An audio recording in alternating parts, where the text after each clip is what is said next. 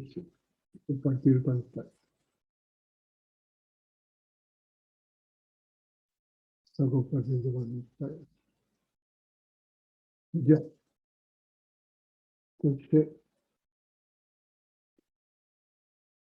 ahí está la...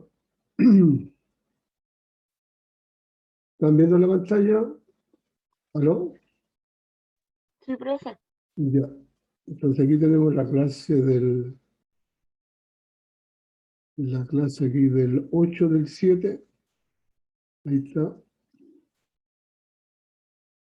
Esta es la parte de refrigeración. Y la misma en la otra hora, la clase también del 8 al 7 está la parte de transferencia de calor.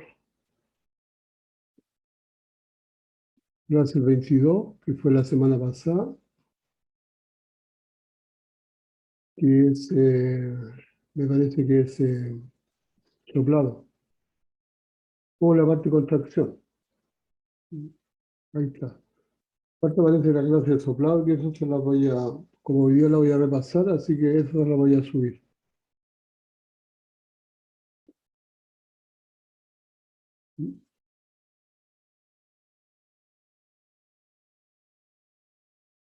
Información.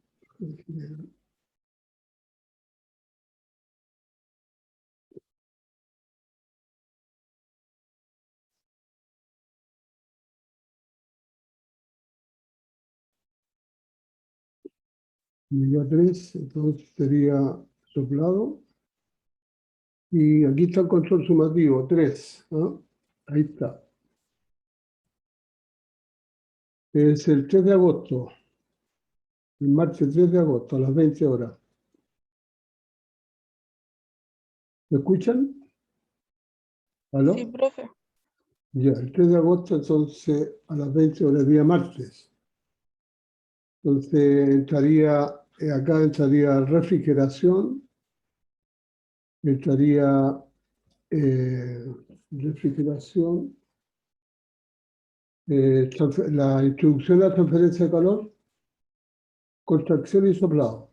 Los 4 temas entrarían en esta última prueba. Sería esta prueba. Entonces vamos a ver el Profe, ¿lo bloque. puede repetir, por favor? La materia entraría Sí. entonces refrigeración, entraría transferencia de calor, la introducción, contracción y soplado. Refrigeración, transferencia de calor, contracción y soplado. Esos 4 temas entrarían en la prueba. Número 3. Veamos aquí la unidad 2. Unidad 2, aquí está.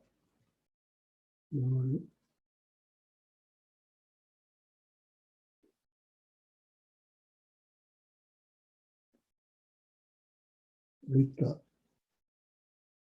Aquí estarían entonces los sistemas, estarían contracción, refrigeración y transferencia de calor.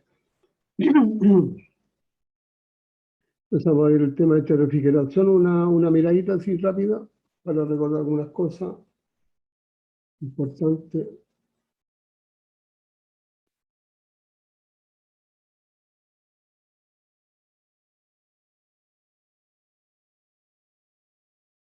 Refrigeración entonces.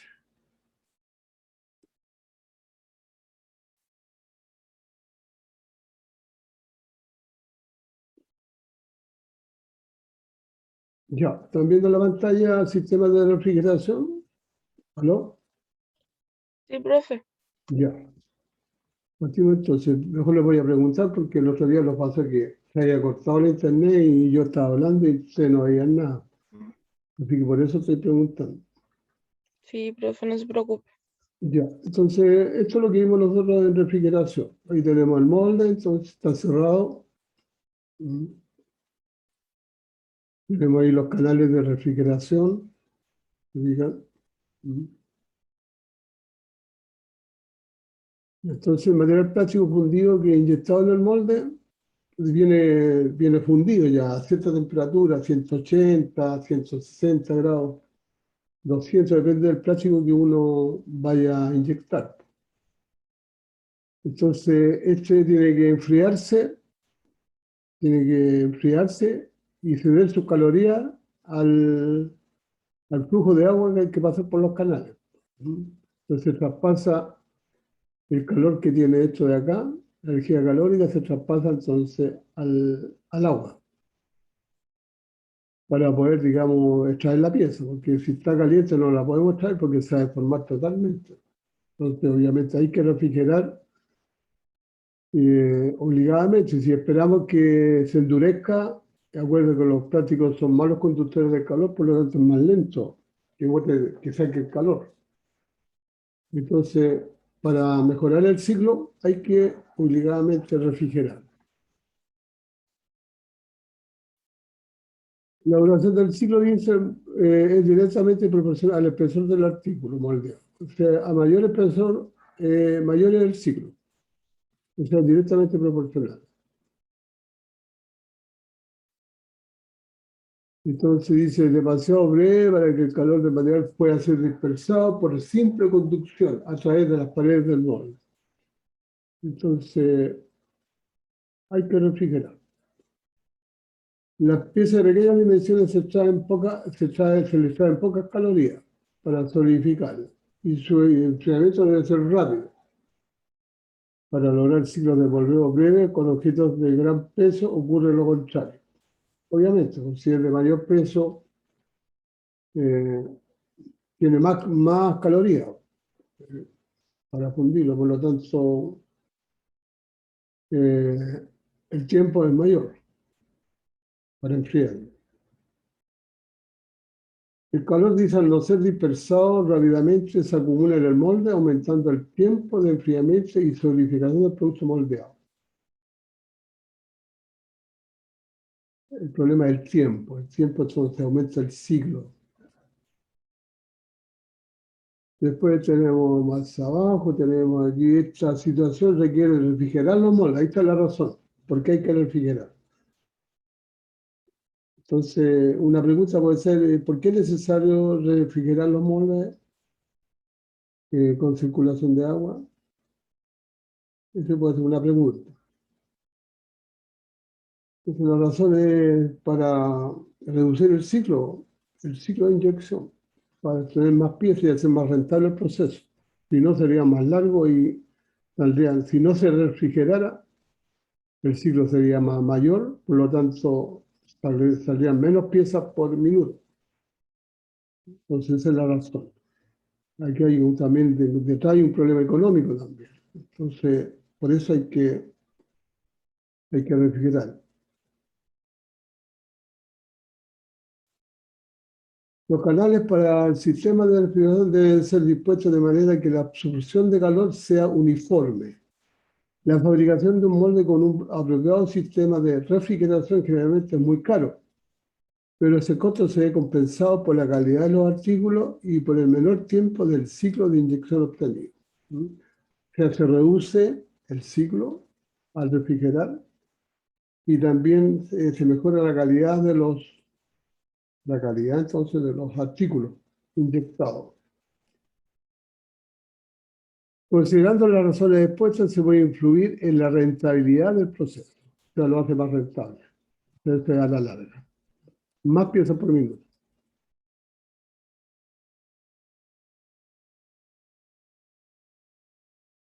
La refrigeración de moldes se puede controlar regulando la velocidad de circulación del agua por medio de dispositivos que controlan la velocidad de la masa de agua que circula por dentro del molde, comercialmente denominados los chillers. ¿No? Chiller. Entonces, un aparato ahí que se coloca al lado de la inyectora y tienen entonces esa posibilidad de absorber, generar un flujo por dentro del molde, enfriando el material plástico y haciéndolo eso continuo. Eso son los famosos los chillers. El nombre es chiller. ¿Ah?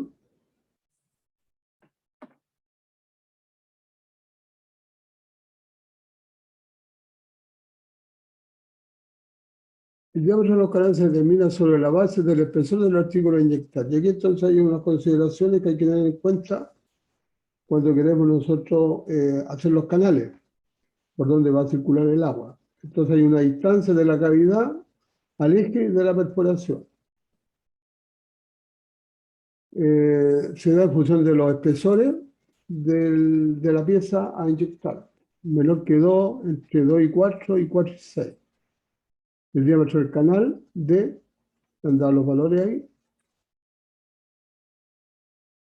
Ahí están dados los valores, diámetro del canal. Distancia de centro a centro entre ejes, sería la distancia A, que está dada acá también. Y la profundidad del canal, milímetros, que sería la distancia B, la distancia entre la cavidad y el eje donde van las perforaciones. Por ejemplo, para espesores menores que 2, la distancia B entonces será entre 20 y 25 milímetros, sería esta distancia. ¿Se fija? Entonces ahí hay que considerar eso. Cuando nosotros diseñamos, por ejemplo, la cavidad, la portacavidad o donde van los machos, tenemos que considerar esta distancia para ver después la altura que le vamos a dar a la placa o a las dos placas. También entra ahí, ¿no? ¿Se fijan? Hay que tenerlo en cuenta, esa distancia. ¿Ve?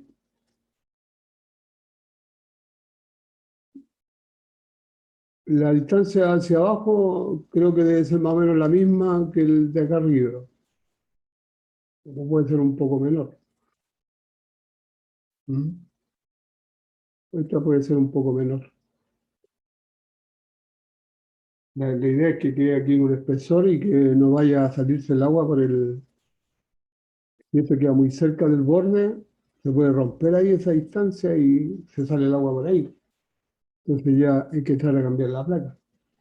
O parcharla, no sé, pues hacer algo ahí para que no suceda eso.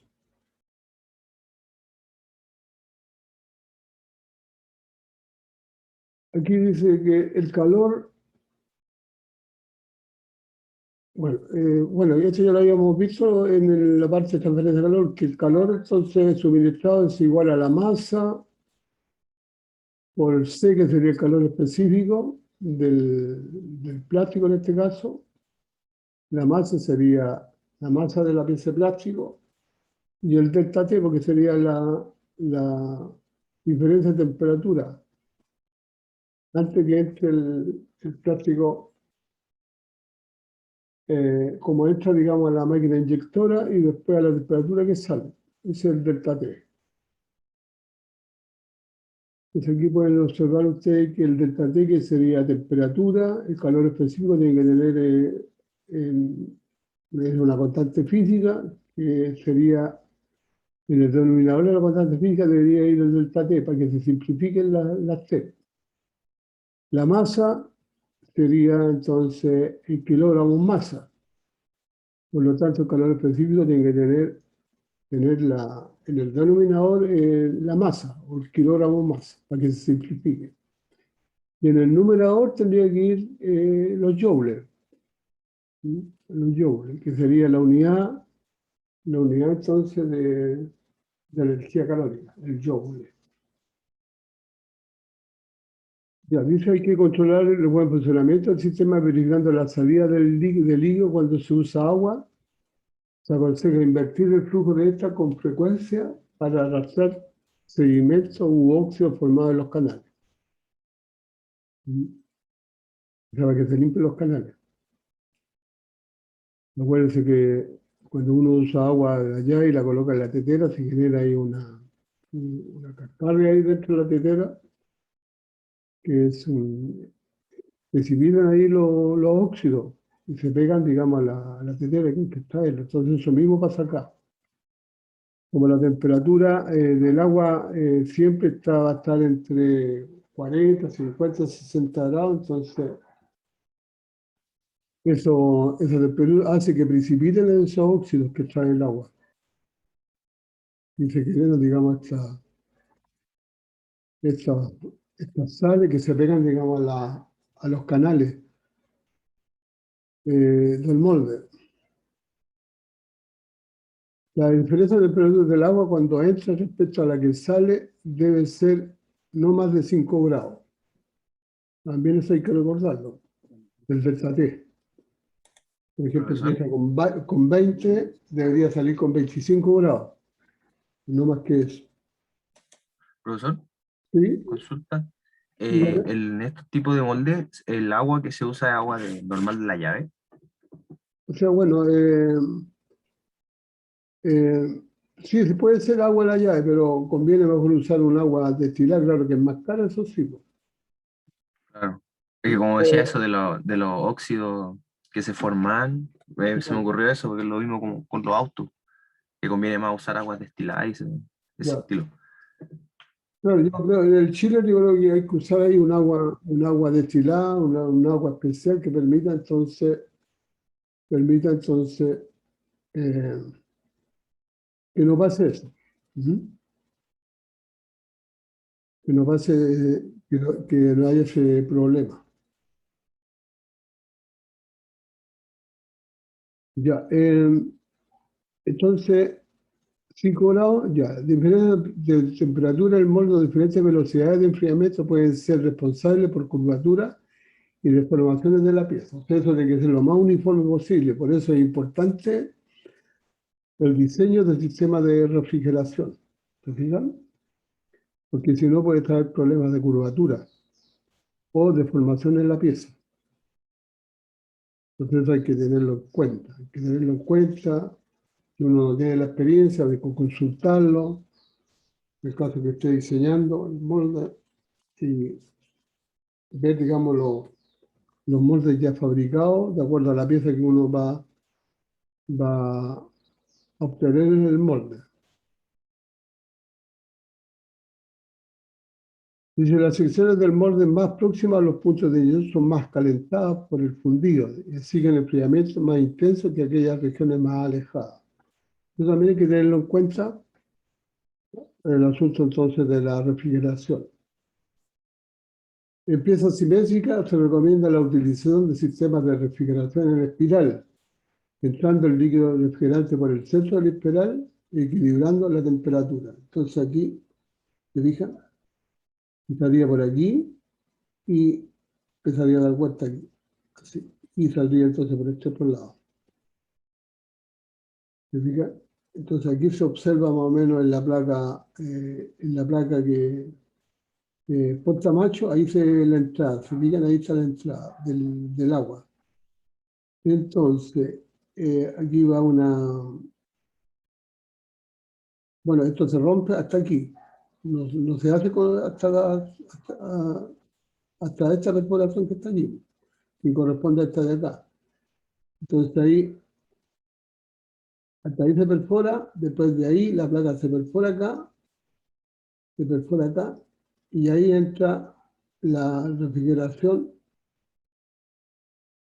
hasta esa parte de ahí, y ahí empieza a girar, a dar vuelta. ¿Miran? Pero eso sería como una media luna que va aquí. Entonces el agua entra aquí y empieza entonces a, a girar. Después entonces al final el agua va a llegar a este canal aquí y de ahí va a salir hacia afuera. Entonces ahí iría una perforación hacia abajo y el agua saldría aquí hacia afuera o tal como está dibujado ahí, parece que la tienen hacia allá o hacia acá. Pero todo esto iría en la placa Porta Macho. ¿Se fijan? Sería, digamos, aquí una solución. Bueno, ahí habría que ver bien entonces, de acuerdo a la pieza, ver entonces cuáles son los mejores canales de refrigeración. Aquí esta es una solución por una pieza que es cilíndrica, es como una bandeja, una cosa así, ¿se fijan? Es redonda. Entonces, para piezas redondas debería ser este tipo de refrigeración. Ahora, esta, esta cavidad hecha aquí en forma de espiral es fácil porque es cosa de dibujarla nomás en el molde y después con control numérico nosotros hacemos esto de acá. Entramos aquí, damos la vuelta y toda esa vuelta y llegamos acá. ¿Me fijan? O sea, con el control numérico uno puede hacer todo prácticamente.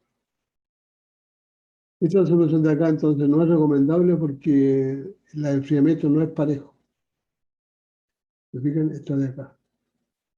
Entonces, de las dos soluciones conviene la que está entonces en este lado de acá. Bien.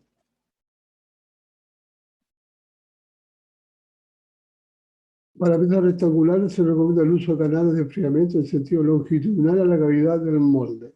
Entonces sería esto de acá, sentido longitudinal ahí. El líquido refrigerante debe entrar por el punto más bajo del circuito y salir por el punto más alto. Entonces aquí está bien, este entra por el punto más bajo, da la vuelta y sale por acá. Porque esto se supone que está con aire, entonces por eso conviene entonces que sacar todo el aire. El aire es más conductor del calor. Eso aquí abajo no corresponde, aquí debería ser la entrada por aquí, ¿no? Debería entrar por aquí, dar la vuelta y salir por acá.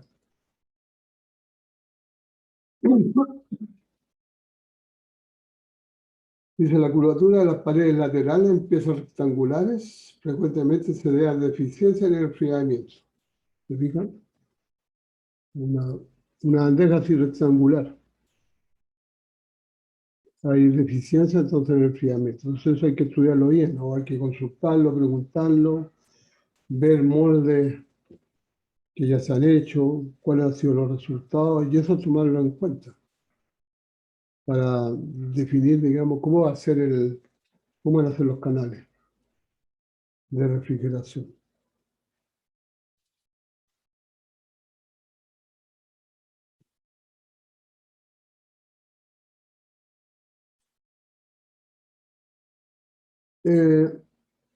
Al efectuar el llenado de la cavidad del molde, se inyecta la masa fundida a elevada presión y gran velocidad. La masa se adapta a la forma de la cavidad, debiendo disiparse su calor hasta que se solidifique. La pieza solo puede desmoldearse, una vez que ha adquirido suficiente rigidez. La tabla entrega las temperaturas de elaboración y la pared del molde. Hay una tablita, estos son del Menji, del libro Menji, y lo cual aquí sean los valores de temperatura de elaboración, o sea, de fundido, y la temperatura de la pared del molde. ¿Fijan? Se van entregando los valores. Por ejemplo, para polietileno de baja densidad, la temperatura de fundido es de 160 a 260. Y la temperatura de la pared del molde es de 0 a 70 grados Celsius. Estos son valores, uno los toma en cuenta. Aquí también hay que tomar en cuenta de que a mayor temperatura, menos presión. Acuérdense que todos estos procesos dependen de la temperatura y de la presión de inyección. Por lo tanto, a mayor temperatura, menos presión. A menor temperatura, más presión. Ahora, acuérdense que habíamos dicho anteriormente que la presión a veces influye en forma desfavorable en el molde, porque el material del molde lo fatiga. Entonces siempre hay que inyectar con la mínima presión. Y ahí se puede entonces variar un poquito la temperatura.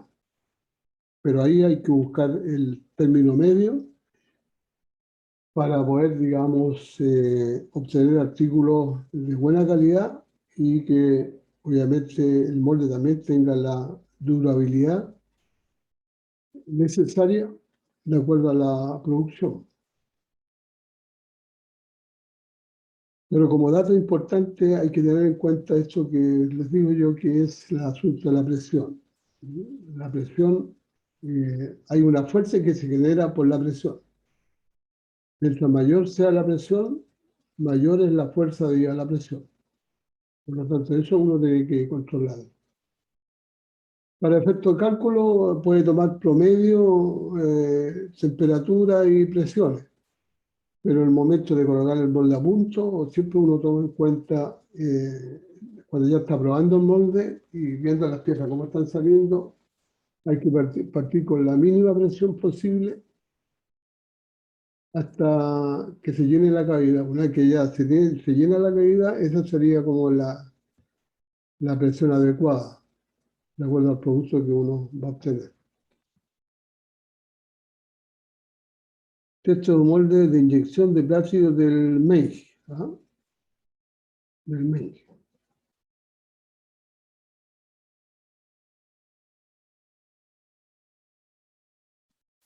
El enfriamiento, dice, es de gran importancia para la calidad, que muchas veces se exige que tenga en cuenta ya al iniciar la construcción del molde. Hay que tenerlo en cuenta. O sea, uno va definiendo las placas, va definiendo las cavidades, va definiendo los machos, y va viendo todos esos detalles, va ubicando pernos y todos esos detalles. Pero justo con eso tiene que ir pensando también por dónde van a ir los canales de refrigeración.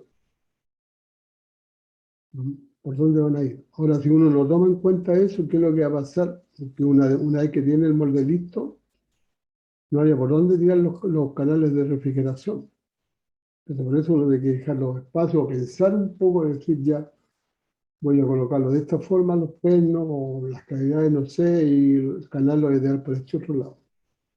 Y dice aquí, aunque pocas veces se hace, no se toma en cuenta. La construcción debe hacerse siguiendo el principio del cono, es decir, que la pieza debe enfriarse uniformemente partiendo de los bordes exteriores hacia el punto de la colada. Dice el principio del cono, desde la parte de afuera hacia adentro. Para poder determinar el sistema de refrigeración se debe tener en cuenta el tiempo de enfriamiento necesario para el molde, y para ello se utilizará la ecuación de Fourier. Ya, la ecuación de Fourier es una ecuación en la cual, digamos, es una ecuación diferencial, en la cual se toma en cuenta también el delta T, la temperatura, pero aquí se toma en cuenta la conductividad térmica del material del material de plástico y también la masa. Es una ecuación diferencial. Aquí está la ecuación, pero ya está manejada, ¿no? Ya está, digamos, desarrollada la ecuación, en la cual entonces TS sería el tiempo mínimo de enfriamiento, que está dado acá, sería igual al espesor elevado al cuadrado, partido por 2pi, y por pi, que sería difusividad térmica del material, que viene dada en centímetros cuadrados, partido por segundo. Ese sería ese valor ahí de phi. Y el logaritmo neperiano de lo que está dentro del paréntesis. Pi igual a tx menos tm, y abajo en el denominador 4, paréntesis tc menos tm. Entonces, tm sería la temperatura del molde, ahí dice, tc temperatura del material fundido, tc temperatura del molde, temperatura del material fundido, y dx sería una temperatura a la que se extrae la pieza, Se supone que cuando ya la pieza está más o menos, tiene una cierta dureza y no van a penetrar los extractores en el material de la pieza. Entonces aquí dice, se usa la temperatura de distorsión bajo carga, de grados Celsius. Se usa la temperatura de distorsión bajo carga. Es una temperatura intermedia entre la temperatura de fundido y la temperatura del molde. Es intermedia. Bien, aquí nosotros vamos a ver la tablita esta, en la cual se dan los datos. La difusividad térmica mide la rapidez con que la con que el calor se transmite de un punto a otro en un cuerpo, ¿no? Y aquí está el material, el plástico, la TSUC, que sería la temperatura del fundido, TSUM sería la temperatura del molde, y TX sería la temperatura intermedia, que está dada aquí para cada material. Esos son valores prácticos obtenidos entonces digamos, de la ecuación. Y aquí está la difusividad térmica, que está dada en centímetros cuadrados partido por segundo. Está el segundo elevado a la menos 1. Entonces, lo mismo que lo coloquemos en centímetros cuadrados partido por segundo. Entonces aquí tenemos los valores. ¿Se fijan? Que tendríamos que nosotros utilizar entonces en la ecuación anterior. La vamos a ver aquí. La ecuación anterior, ahí está. La difusividad térmica. Entonces, reemplazar el signo negativo indica solamente si está entrando calor o estamos sacando calor. Eso no es el signo negativo. O sea que como que está ingresando calor o estamos sacando calor al sistema. Eso es pesado. El tiempo mínimo de enfriamiento entonces saldría de esta ecuación en segundos. Nosotros observamos acá, aquí tenemos grados Celsius, aquí todo. El logaritmo de eso, aquí se simplifica los grados Celsius aquí arriba y aquí abajo. Entonces queda un número, solamente un número nomás. El logaritmo neperiano de ese número. Recuerden que hay dos tipos de logaritmos, está el logaritmo decimal y el neperiano. El decimal es en base 10 y el neperiano es en base E elevado a un cierto valor, el neperiano. Entonces, ya, veamos entonces, aquí hay un ejercicio, en el cual dice determinar el tiempo de enfriamiento TSUS del material ABS. Espesor de la pieza 2 milímetros. Aquí está dado directamente el espesor.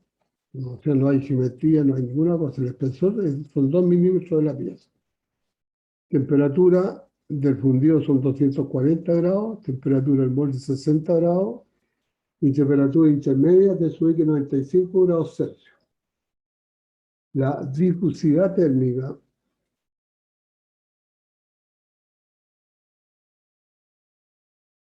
perdón, déjeme. Para la ABS es 1,7 por 10 elevado a la menos 3. 1,7 por 10 elevado a la menos 3. Entonces,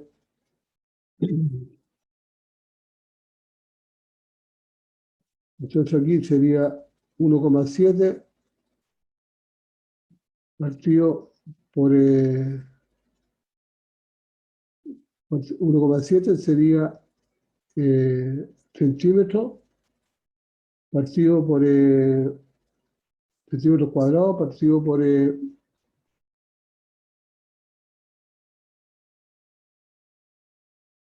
segundo. Y eso 1,7 por 10 elevado a la menos 3 o 1,7 partido por 10 elevado a 3. Entonces por eso este 10 elevado a 3 que está aquí como se pasó para arriba. Como 10 elevado a 3. Bueno, calculando lo que está acá dentro del paréntesis, nos da entonces el valor de 1,87. Que está dentro del paréntesis, ahí está, 1,87. Y lo de acá, entonces, el resultado son 3,74. Entonces, multiplicando lo que está afuera, de acá, multiplicado lo que por el logaritmo neperiano de lo que tenemos acá, nos da entonces 6,99 segundos. Ese sería el tiempo de enfriamiento. 7 segundos.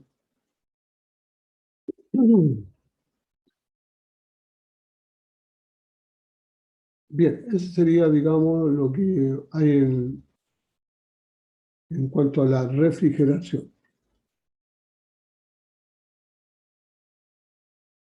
¿Alguna pregunta? ¿Alguna pregunta? ¿Aló? No, profe. ¿No, profesor? Ya, ahora, un problema que podría venir en la puesta sería un problema similar a este de acá. Y exactamente igual, si no, no va a cambiar en nada, porque vamos a usar la fórmula directa, ¿no? Tendría que ir en su calculadora ahí, los logaritmos neperianos, y eso aplicarlo y ya, lo otro que hay que tener cuidado aquí, que la difusividad térmica viene en centímetros cuadrados partido por segundo. Entonces, cuando nosotros reemplacemos aquí el espesor, tendría que ser reemplazado en centímetros también, ¿no? En centímetros. Aquí la mesa tiene 2 milímetros, en centímetros serían 0,2. ¿Se fijan? Para que tengan la misma unidad, pues. Tiene que tener la misma unidad. Entonces, por eso, centímetros cuadrados de acá se da con el centímetro cuadrado de acá. Y quedan los segundos acá que pasan para arriba y queda el resultado en puros segundos. Ese sería el tiempo de enfriamiento de la pieza.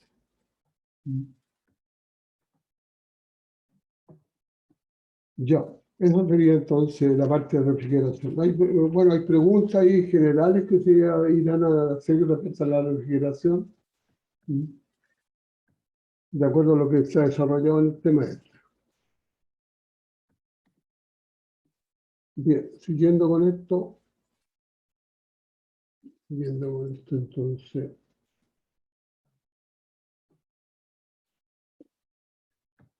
tenemos aquí la transferencia de calor. Voy a ver acá el tema este de transferencia de calor acá, que está también metido aquí.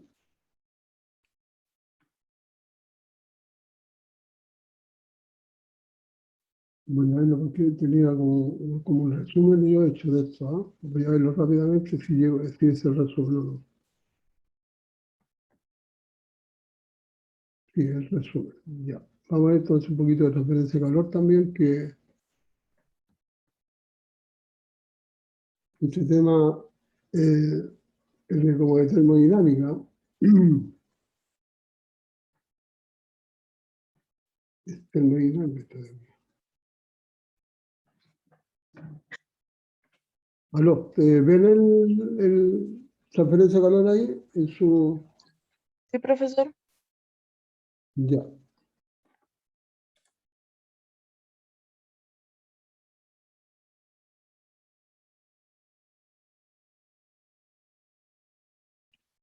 Ya. Entonces, ahí. Transferencia de calor. Bueno, obviamente, ustedes saben, ya hemos dicho ya en todas las veces que hemos estado aquí en la clase, el problema es que este es un proceso en caliente. O sea, para poder desarrollar el proceso, para hacer el proceso nosotros tenemos que aplicar presión y temperatura. Entonces, si tenemos que aplicar temperatura, significa que nosotros vamos a calentar en este caso, el material que nosotros vamos a procesar, y después para eliminar el calor tenemos que enfriar. Es lo mismo cuando uno hace tratamientos térmicos, es la misma cuestión. También es un proceso en caliente. O sea, nosotros tenemos que calentar la pieza a cierta temperatura y después enfriarla. Entonces, ese calor hay que quitárselo. ¿Y cómo se lo quita?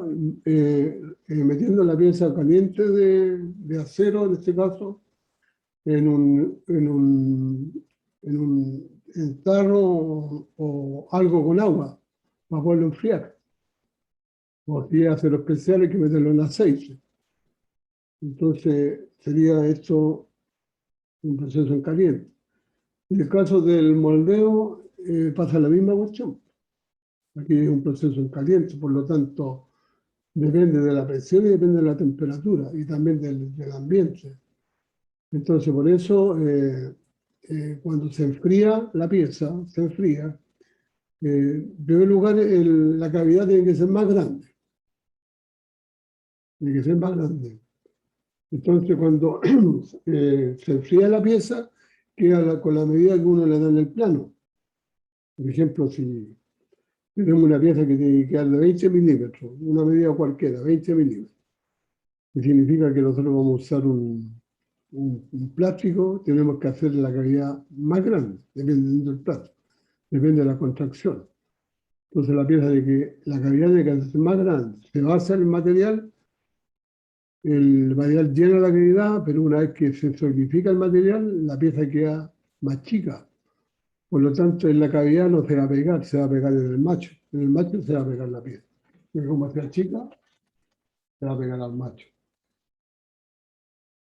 Entonces, es un proceso en caliente, ¿no? Por lo tanto, en primer lugar, si es en caliente, hay que comunicar la energía calórica al sistema para calentarlo y hacer variar su temperatura, para procesarlo. Y después hay que sacar ese calor, haciéndolo entonces, en el caso de los moldes, haciendo fluir una cantidad de agua, de tal manera que se traslade el calor que tiene la pieza, se traslada al agua, con eso se endurece la pieza y se logra entonces desmoldearla. Entonces, es un proceso de transferencia de calor. O sea, la ciencia de transferencia de calor se presenta en el proceso de inyección o cualquier proceso de plástico, en el cual, digamos, hay que fundir para poder moldear la pieza. Termodinámica y transferencia de calor. Partimos con eso. La transferencia se produce del medio más caliente al más frío, hasta que se iguala la temperatura. ¿Se fijan? Sí se produce la transferencia de calor. Es una energía que se traspasa de un cuerpo al otro, hasta que se iguala la temperatura. Cuando están las temperaturas iguales ya se termina la transferencia de calor. También calor es una forma de energía que se debe transferir de un sistema a otro como resultado de la diferencia de temperatura. O sea, tiene que haber una diferencia de temperatura para que se pueda transmitir, digamos, la energía calórica.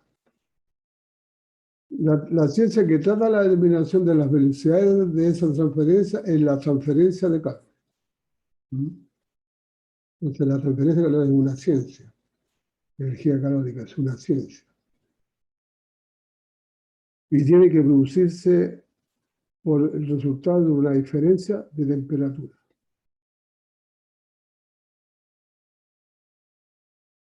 El área de aplicación de la transferencia de calor son, por ejemplo, el cuerpo humano, transmitiendo calor en forma constante. La comunidad humana la controla. Y nosotros sentimos frío, tenemos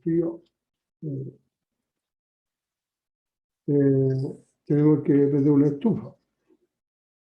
¿Fijan? Entonces ahí la estufa está entregando energía calórica, el cuerpo humano la está absorbiendo hasta que se produce, digamos, una satisfacción por lo calentito o por el calor que está entrando, digamos, en el cuerpo de uno. Las estufas eléctricas o a gas, calefacción, refrigerador, calentador de agua, plancha. Esos son los elementos que se usan para hacer algún proceso. Estufa eléctrica o a gas, la calefacción, el refrigerador, calentador de agua, la plancha. El calentador de agua en este caso sería como la tetera, la plancha, que se usa entonces obviamente para planchar la ropa.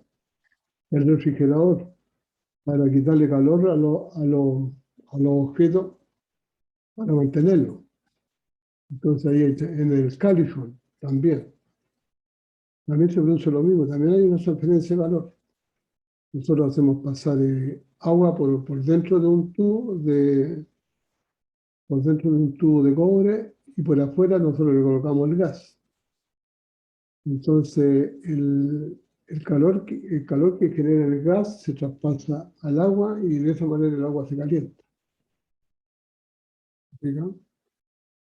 en el cálido. Ahora en el refrigerador ocurre el caso contrario, ocurre lo contrario. Nosotros le sacamos calor a lo que tenemos dentro del freezer, del refrigerador, para que se mantenga y no se eche a perder, entonces en este caso lo que uno está refrigerando. ¿Se fijan? La transferencia de calor controla los diseños de muchos aparatos. La transferencia de calor controla el diseño de muchos aparatos y se usan para este efecto. Los fundamentos teóricos. El calor siempre se ha percibido como algo que produce tibieza. Se podría pensar que su naturaleza es una de las primeras comprendidas por la humanidad. Algo que produce tibieza, ¿no? Los cuidadosos experimentos del inglés James Joule, ahí está la fecha, 1818 a 1889, publicada en 1846, convencieron que el calor no es una sustancia, sino que es una energía. El calor es una energía que se transmite de un cuerpo a otro producto de la diferencia de temperatura.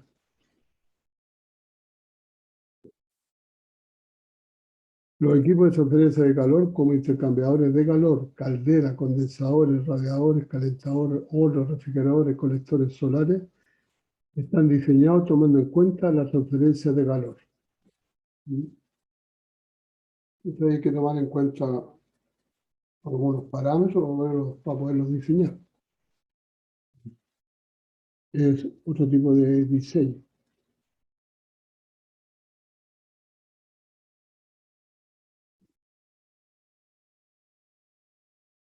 Por ejemplo, nosotros los hornos para tratamiento térmico, nosotros usamos calefactores eléctricos que tienen que darnos una temperatura más o menos de un acero normal para calentarlo, más o menos hasta 900 grados Celsius. Ahí uno calibra la temperatura de acuerdo a la pieza que uno va a tratar térmicamente.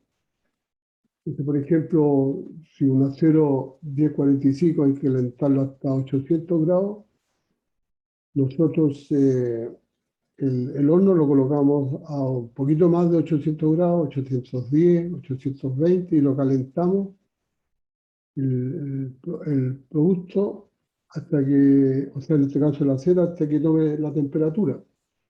O sea, todas las piezas tienen que tener la misma temperatura. Entonces ahí tiene que haber un tiempo para que la pieza de acero iguale la temperatura a la del horno. Se supone que el horno uno lo prende antes. Uno va a usar 820 grados, uno prende el horno antes y después mete la pieza. O si quiere la mete justo cuando prende el horno y espera entonces que lleguen a la temperatura. Después hay que esperar otro tiempo para que se produzca la transformación de la pieza de acero. O sea, en este caso la ferrita se transforma en la austenita y eso también tiene que ocurrir durante un cierto tiempo. En general se toma 1 hora y media por cada pulgada de espesor para que la pieza tome la temperatura del horno y además se produzca la transformación química dentro de la pieza de acero. 1 hora y media por pulgada de espesor. Una vez que ya cumplimos con esto, estoy hablando del horno eléctrico, una vez que se cumplió ese tiempo, de ahí nosotros sacamos la pieza y la metemos al medio de enfriamiento. En este caso, si es un acero acero de carbono, o sea, el 1045, lo enfriamos en agua. Y lo enfriamos hasta que llega la temperatura del agua, la temperatura ambiente, 20 grados APP. Y químicamente ahí se produce la transformación entonces de la ferrita. La ferrita se transforma en un estado que se llama la austenita. Los átomos de carbono se ubican en la red cúbica central de la ferrita. Eso es lo que pasa. ¿Se fijan? Entonces, ahí hay una transferencia de calor. Que después, entonces, te la quitamos bruscamente metiendo la pieza en el agua. Entonces, en un caso, nosotros en el horno le estamos entregando calor mediante los calefactores eléctricos a la pieza de acero. Le estamos entregando el calor. Y después, ese calor que tiene la pieza se lo quitamos colocándole entonces una masa de agua más fría. Entonces ahí se traspasa todo el calor, la energía calórica de la pieza de acero, se traspasa al agua. Por lo tanto, tiene que caer una cierta masa de agua para que se produzca, digamos, se enfríe rápidamente la pieza y se logra entonces la dureza que podría adquirir la pieza de acero. ¿Me fijan? Transferencia de calor. Calor y otras formas de energía. La energía puede existir de numerosas formas, como térmica, mecánica, cinética, potencial, eléctrica, magnética, química, nuclear. Y su suma constituye la energía total, o sea, E del sistema.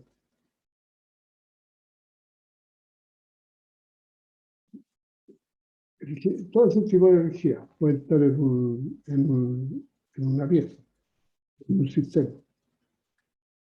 Lo relacionado con la energía y la estructura molecular de un sistema y con el grado de actividad molecular se conoce como energía microscópica. La suma de toda esta energía se llama energía interna, que sería propia del material de la pieza que nosotros estamos aplicando calor. Entonces hay una energía interna más toda la otra energía que puede tener. ¿Se fijan? Ahora no sé qué ejemplo podríamos ver que se manifiesten todos estos tipos de energía. Pero a nosotros nos interesa un poquito la energía interna. En este caso sería la energía interna de la pieza de plástico. La unidad internacional de energía es el joule. Es el joule. Esa es la unidad. Que nosotros entonces la energía la podemos medir en joule. Energía mecánica, energía cinética, la energía potencial, la energía de corte, cuando nosotros cortamos una chapa con un punzón. Todo eso lo podemos medir se miden generalmente en el caso mecánico, en la energía que sería el trabajo mecánico, se mide en metro kilo, se mide así, o en kilográmetro, o en HP también, que sería potencia en ese caso, sería trabajo partido por el tiempo, o también se puede medir en joule, en joule. Por ejemplo, cuando vayan al taller y fíjense en la prensa excéntrica que está en el taller de matricería y vean ahí cuál es la potencia que transmite la prensa excéntrica, ¿no? El trabajo mecánico está dado en metros kilos. En metros kilos el trabajo mecánico que desarrolla la prensa excéntrica. Ese sería un trabajo mecánico, pero ese mismo trabajo nosotros lo podemos transformar a joule. Podemos decir ya, la energía mecánica de la prensa excéntrica es de tanto joule, porque esta es la energía, es la unidad internacional de energía. Puede medir cualquier tipo de energía mediante los joules. El sistema inglés, la unidad de energía es el BTU, el sistema inglés. Un BTU dice la energía necesaria para agregar la temperatura en 1 grado Fahrenheit en la masa de 1 libra más, a 60 grados Fahrenheit.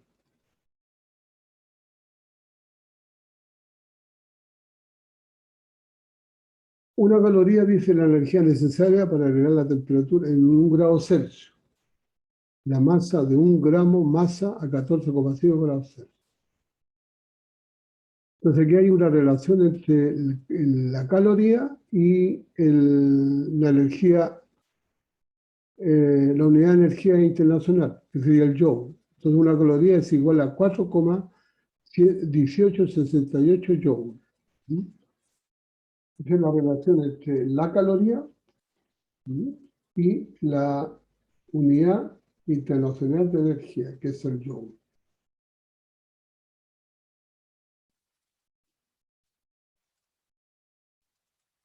En el análisis de los sistemas que comprenden el flujo de fluidos, con frecuencia se encuentra la combinación de las propiedades U y PV, que se llama entalpía.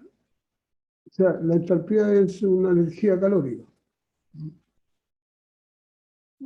H es una energía calórica. Entonces está U, que sería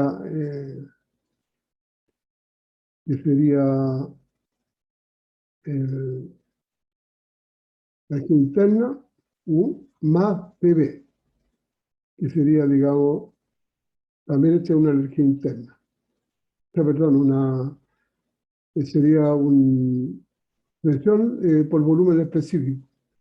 Presión por volumen tendría las mismas unidades que tiene entonces la energía interna, que serían joule. ¿Se fijan? Joule. La presión entonces son kilos por longitud al cuadrado y V es V del volumen, longitud al cubo. Entonces, simplificando, aquí nos queda kilos metros. Kilos metros. Kilos metros es un trabajo mecánico. Entonces nosotros eso lo podemos transformar en joule y nos queda entonces ambos elementos, esto de aquí y esto de acá, en joule. Sumamos los dos, entonces ese sería el valor de la entalpía. Volumen específico y presión. Entonces aquí hay un ejemplo de un ducto en la cual entonces está entrando un fluido acá y está saliendo acá un fluido. Entonces aquí hay una energía del flujo del fluido. Y ese sería el H. La energía del flujo, que puede ser medido entonces en joule. Y acá, en este caso, bueno, aquí como hay flujo, significa que está presente PV. Hay presión y volumen. Presión y volumen. Entonces, por eso aquí está entrando y saliendo aquí la entalpía. Y acá, en este caso, no hay flujo acá. Esto es estacionario. Aquí el recipiente. Tenemos aquí una energía de algo que estamos nosotros calentando, supónganse acá, entonces aquí no hay flujo. Esto es estático, estacionario. Por lo tanto, no hay P y V, presión y volumen, solamente hay energía interna. Entonces, el PV indica un flujo. Como nos interesa esto de acá, esto de aquí. Cuando son digamos, los sistemas estacionarios. Valor específico de gases líquidos y sólidos. Aquí sería de los gases. Y nosotros aquí no vamos a meterlo en la parte de los gases, que nosotros vamos a trabajar con líquido y con sólido.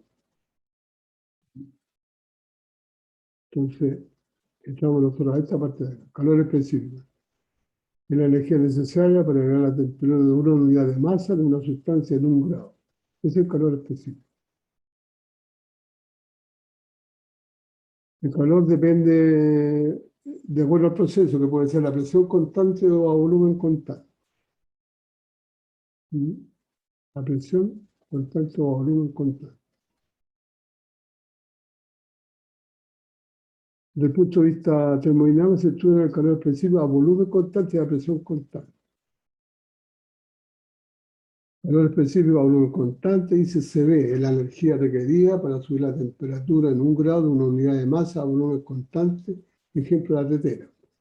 Le pusimos la tetera al tiro. Porque el volumen, lo cambia el volumen pues, de la tetera. Entonces es a volumen constante.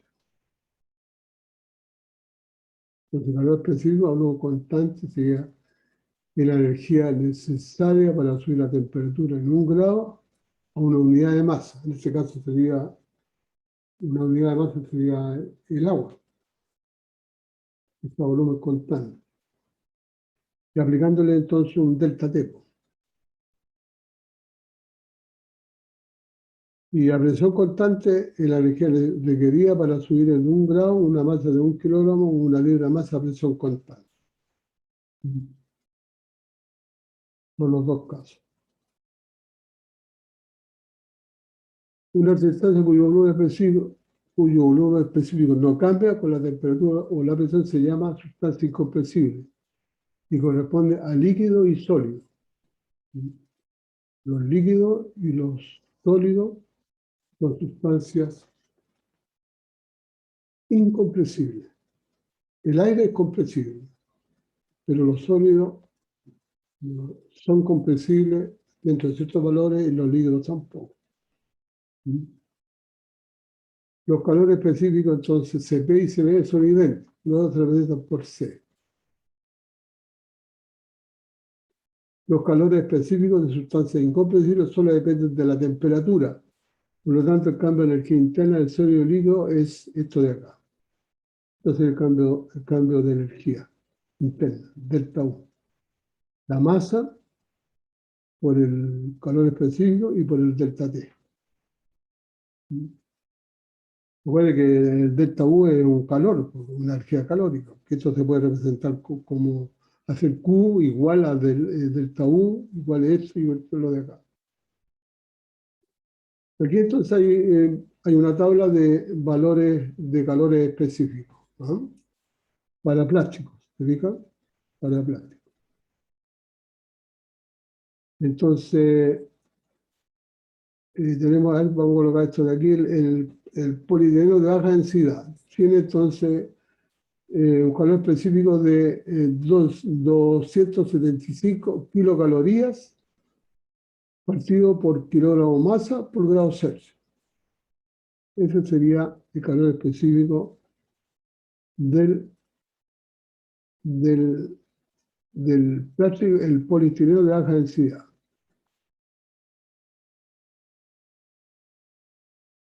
Esta sería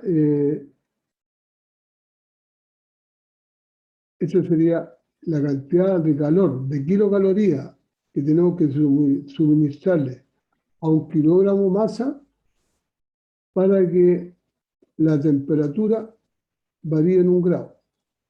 O sea, suba en 1 grado. Ahí devolvamos con el específico ya. Aquí está.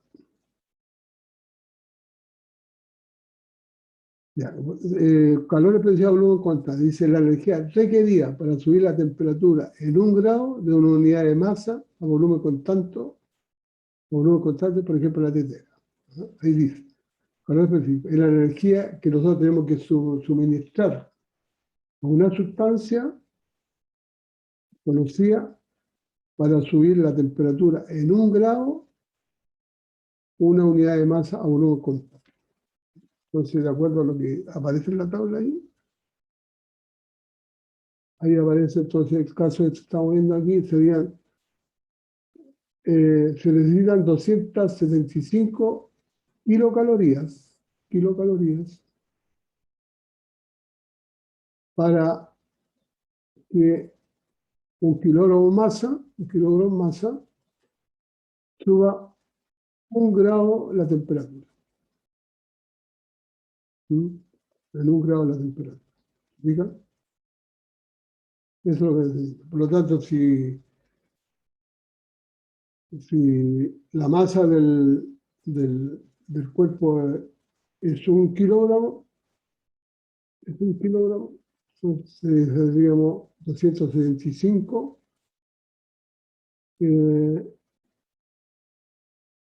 serían 275 kilocalorías que necesitamos. Y si queremos subirla en 1 grado, sería los 275. Ahora, si el kilogramo masa ya son 2 kilos o son 3 kilogramos masa de la pieza de plástico, tendríamos que aplicarlo acá. O sea, multiplicar entonces la masa por este valor. ¿Y en cuánto queremos subir la temperatura? El delta T. Y ahí tendríamos entonces la cantidad de calor que necesitamos nosotros para que se produzca, digamos, se aplique ese calor. Entonces es una constante física. de una constante de calor específica. El polipropileno tiene entonces 275, el polietileno de alta densidad 325 necesita, el policarbonato 181, este que es el más grande, que es el más calor se necesita, con 325 kilocalorías. Aquí se necesita más energía. Se necesita más energía. Recuerda que el calor es una energía, entonces para fundir, digamos, una pieza de plástico, para fundirla, ahí necesita entonces aplicarle más energía calórica. La más bajita es el PVC, 92. Se necesita menos calor para, para, eh, para fundir, digamos, bueno, para calentar una pieza de cierta temperatura a otra temperatura de PVC, menos calor que una pieza, por ejemplo, de este poliamida, que de acá. Y lo otro que aquí le agregan fibra de vidrio también, entonces depende de la fibra de vidrio también el valor. A lo mejor el plástico sin fibra de vidrio va a tener otro valor específico. Aquí está el peso específico, peso específico del plástico, la intensidad en gramos por centímetro cúbico. Ahí está el peso específico y aquí está la contracción. Contracción. PP 2,5. Ahí está, bueno, como promedio, ¿ah? Contracción 2,5. Aquí los otros están dados dentro de ciertos valores.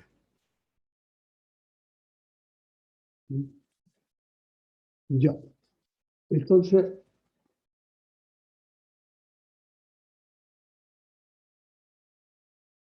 la energía se puede transferir hacia una masa dada o desde esta por dos mecanismos, con calor Q o trabajo W. Nosotros no vamos a implicar un trabajo W, sino solamente lo vamos a hacer por calor Q. Por calor que le vamos a suministrar a la pieza plástica. Va a ser un calefactor. La interacción energética de transferencia de calor, si su fuerza impulsora es un delta T.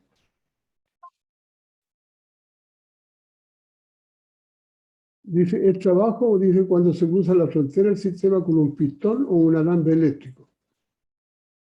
Se cruza el sistema.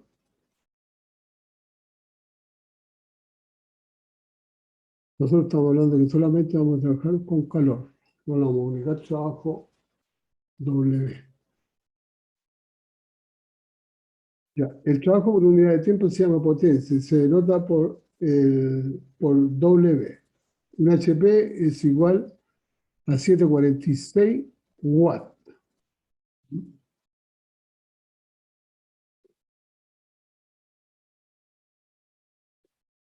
El trabajo de tiempo se llama potencia. El trabajo solito, el trabajo lo va. El trabajo solito, ahora cuando nosotros lo dividimos por el tiempo, eso se llama potencia. Sería potencia calorífica y el otro sería trabajo calorífico, no, trabajo. Entonces cuando nosotros el trabajo lo dividimos por el tiempo, entonces se llama potencia convertida. Hablamos ahí del concepto de energía potencial o energía cinética. Ya, aquí yo puse un ejemplo, aquí puse un HP, tiene 76 kilómetros por metro partido por segundo, kilogramos partido por segundo, eso es un HP. Un kilopón equivalente a 9,8 newton, un kilopón, aquí en la Tierra, 9,8 newton. Ahora, un HP entonces sería a 76 por kilopón, pero el kilopón es 9,8 newton. Ahí está, reemplazado, newton. Y quedaría entonces newton y metro, partido por segundo. Un newton metro es igual a un joule, a un newton metro. El newton multiplicado por el metro, que también es un trabajo mecánico, pero con la unidad de fuerza newton, es igual a un joule. Por lo tanto, quedan aquí 7,45,56, que se aproxima a 46, 7,46, quedaría joule, porque newton metro es igual a un joule. Ahí está. Entonces quedaría joule partido por segundo. Y eso es 7,46 watts. ¿Se fijan? El joule partido por segundo es watt. Watt. Lo mismo que acá. 7,46. Entonces dice, la cantidad de calor transferido durante el periodo se nota por Q. La cantidad de calor transferido por unidades de tiempo se llama velocidad de transferencia de calor. Y se nota por Q punto aquí. ¿Ah? Entonces la unidad son joule partido por segundo, lo cual es equivalente a watt.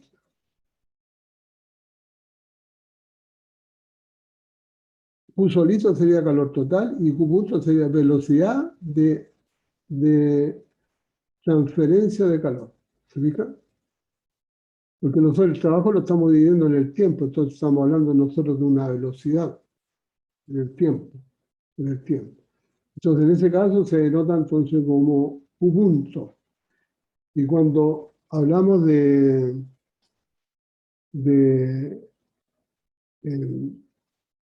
como cantidad solita de calor transferido, entonces se habla entonces de Q, solamente Q, no es la unidad de tiempo. Entonces, cuando lo dividimos por el tiempo, hablamos de una velocidad de transferencia de calor. Entonces, pues, veamos la diferencia. Cuando hablamos solamente de cantidad de calor transferido, serían joule.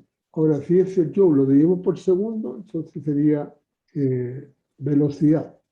Velocidad.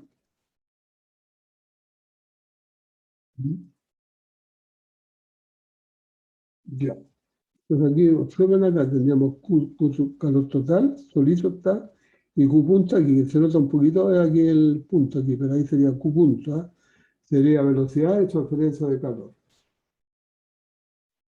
Eso es importante tenerlo presente, ¿eh? Tenerlo presente. Hay muchas cosas eléctricas que se venden por watt. De 200 watts, 400 watts. Por ejemplo, los taladros, 200, 400 watts. Cualquier máquina que trabaja con electricidad entrega una potencia de tantos watts. ¿Se fijan? Entonces, cuando nosotros hablamos de watts, es lo mismo que coloquemos joule partido por segundo. ¿Ah? El watt, entonces, lo mismo que joule partido por segundo.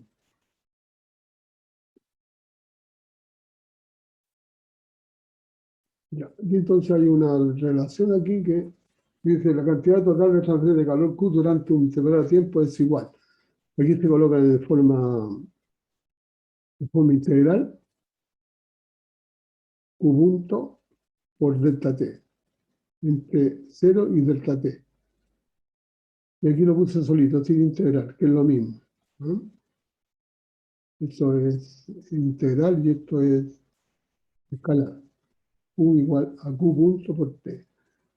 O sea, aquí estamos, nosotros, esto lo tenemos, este Q lo tenemos partido por tiempo. Si aquí lo multiplicamos por tiempo, y esto está partido por tiempo, se elimina el tiempo, los segundos, y queda solamente Q.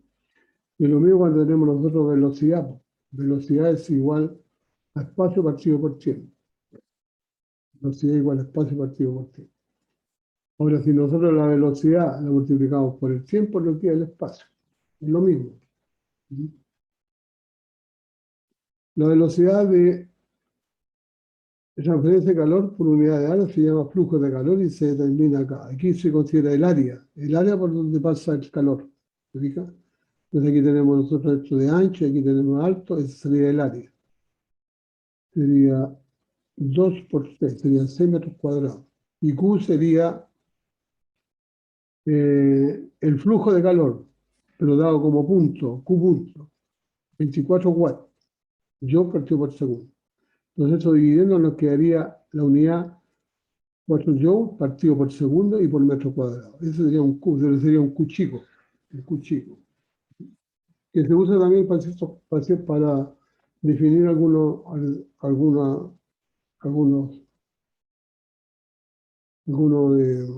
supongo yo, algunos artefactos. Entonces, vean la diferencia. Cuando hablamos de Q punto, acuérdense de la velocidad, pues la velocidad es metro de espacio partido por tiempo.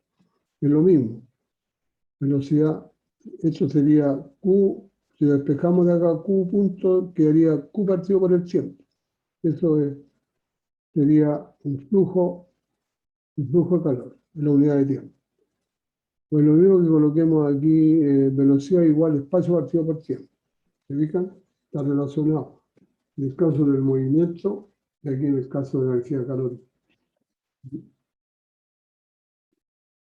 Ya, aquí hay un ejemplo, entonces dice una bola de cobre de 10 centímetros de diámetro, que calienta de 100 grados a 150 grados en 30 minutos, tomando la densidad de calor específico promedio del cobre en este rango de temperatura como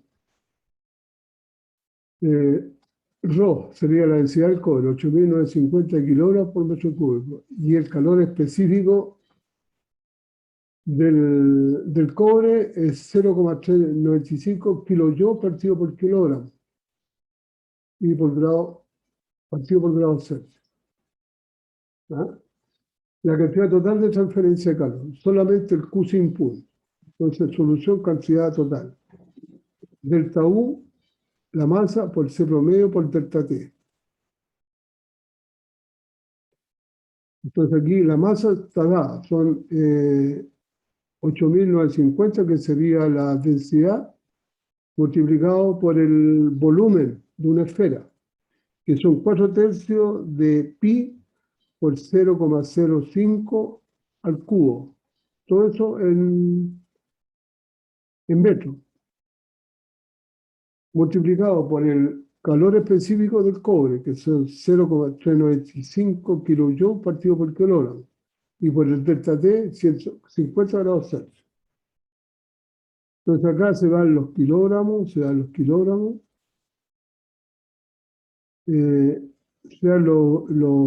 grados Celsius, se van acá.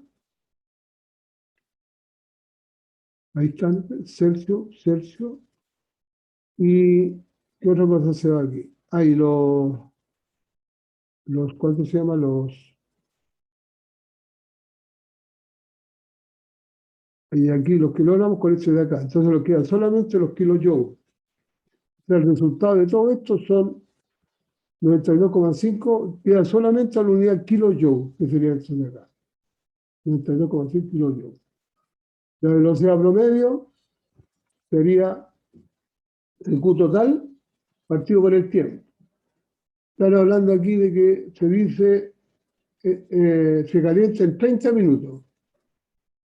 De 100 a 150 en 30 minutos. ¿No? Entonces, el Q total lo dividimos por el tiempo, que sería en segundos. Son 30 minutos multiplicado por 6, son 60 por 3. 60 por 3 por 0. Sí, está bien. Serían 60, no, 30 minutos por 60. Y eso da 1800 segundos. Eso dividido nos queda entonces watt. Watt nos queda. ¿Por qué? Porque estos kilojoules, es lo mismo que colocar 1000, entonces 92,5 multiplicado por 1000, y eso partido por 1800, nos quedaría solamente joule partido por segundo. Y eso es watt. Eso es un watt. Entonces, el flujo de calor, ¿no? El flujo de calor que le estamos comunicando nosotros a la bola de cobre son 51,38 joules por segundo. Eso es lo que le estamos dando. O watt.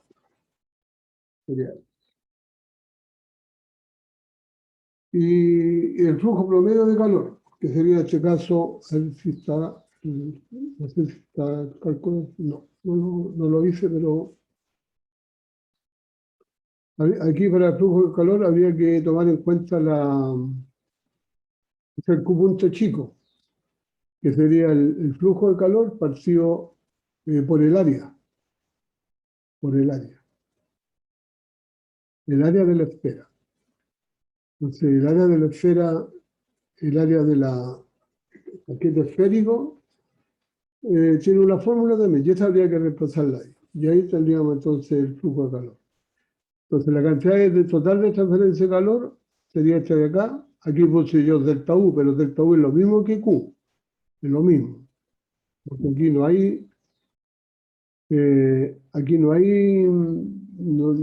entra el PV, sino que solamente está esto como sistema estacionario.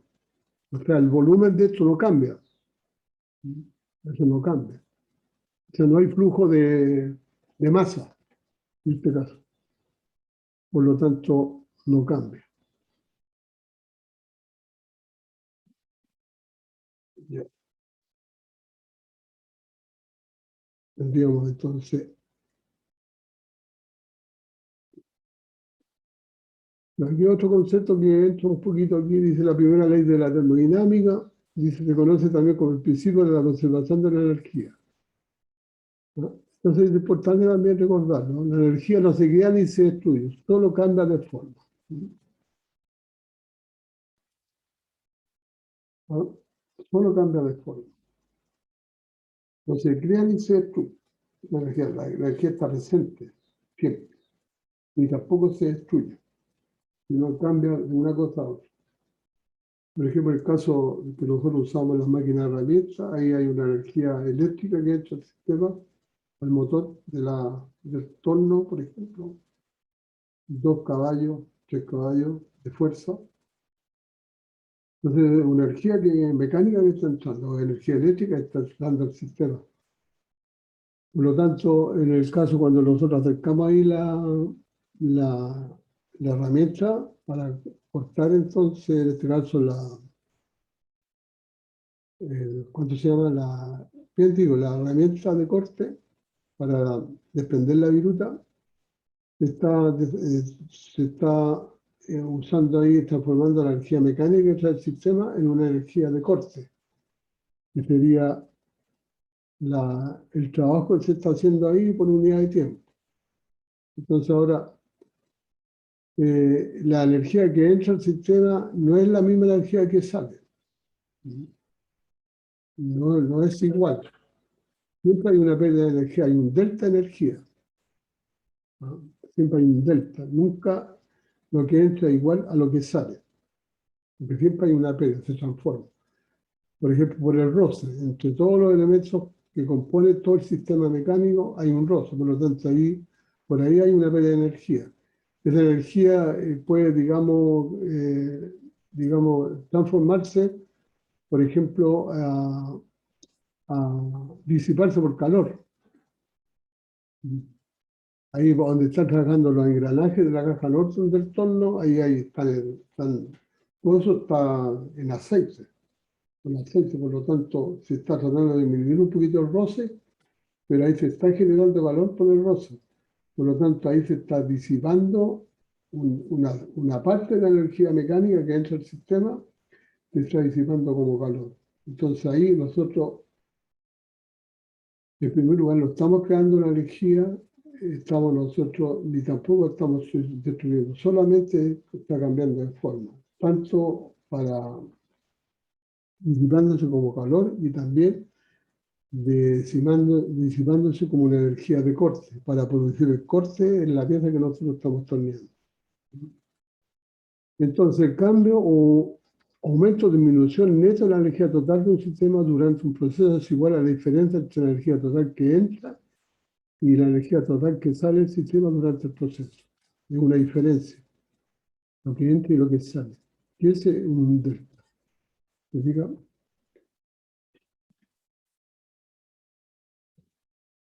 Siempre los sistemas. Lo que entra no es igual a lo que sale. Por eso todos los elementos mecánicos tienen un rendimiento mecánico. Y ese rendimiento no es igual al 100%, siempre es menor el rendimiento mecánico. Por ejemplo, el caso de los rodamientos que se usan para eliminar el roce, el rendimiento mecánico de los rodamientos es casi un 98%. Hay un 2% que se disipa, y eso se disipa como calor. ¿Te fijan? O sea, son casi el 100%, pero no es igual al 100%. El caso de, ¿qué otro elemento? De las correas, por ejemplo.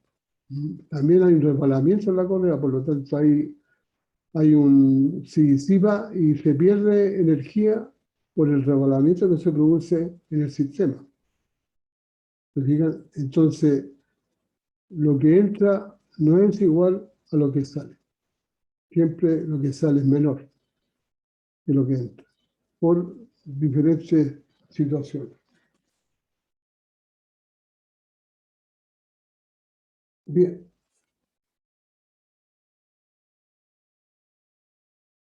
Dado que la energía que se transfiere a un sistema o hacia afuera de este por medio de calor, trabajo y flujo de masa, y que la energía total de un sistema siempre consigue contra energía interna, cinética y potencial, el balance de energía será igual a esto, ¿no? Mientras que entra menos la que sale igual al delta E del sistema. Se puede producir cambio en la energía interna, cinética o potencial.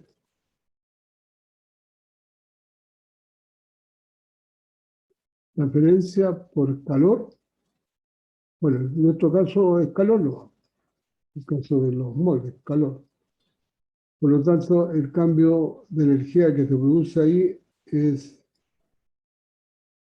cambio en la energía interna. La energía interna del sistema. Recuerden que la energía que entra igual a la energía que sale es igual a la energía total del sistema. Y pueden haber todos esos tipos de energía que nosotros presentamos anteriormente. Pero en este caso, como estamos hablando de como un flujo estacionario,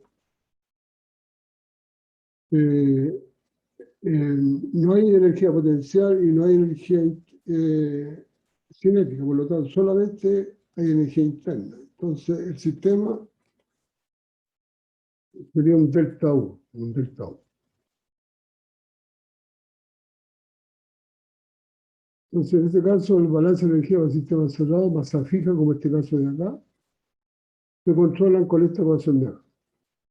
La que misma que nosotros ocupamos para el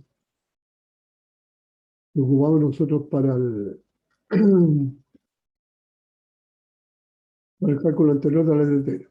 El sistema cerrado consta de una masa fija, se fija, la masa no cambia. La energía total es la energía interna U. No hay cambio de velocidad o elevación durante el proceso. La energía se reduce a esto de acá, que es delta U, y eso igual a esto de acá. O, como no hay trabajo, el sistema es estacionario sin trabajo. Entonces quedaría Q igual a M por CD y por delta T.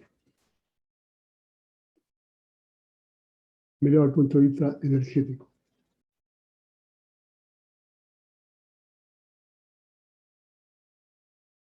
Balance de energía para sistemas de flujo estacionario.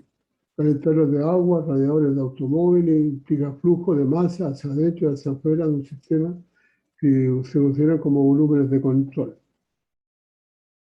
El contenido total de energía de un volumen de control durante un proceso de flujo estacionario permanece constante. El volumen es constante, es decir, que el delta es cero y el delta de la energía total del volumen de control es igual a cero.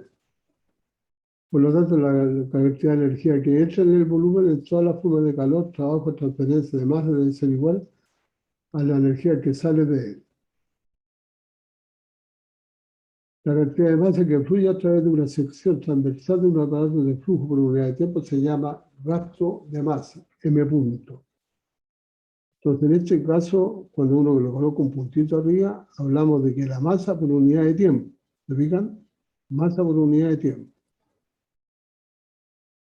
Calentadores de agua, radiadores de automóvil, implica flujo de masa hacia adentro y hacia afuera de un sistema, se consideran como volúmenes de control. Y así luego también los moldes, se consideran entonces como volumen de control. El contenido total de energía de un volumen de control durante un proceso de flujo estacionario permanece constante. Es decir,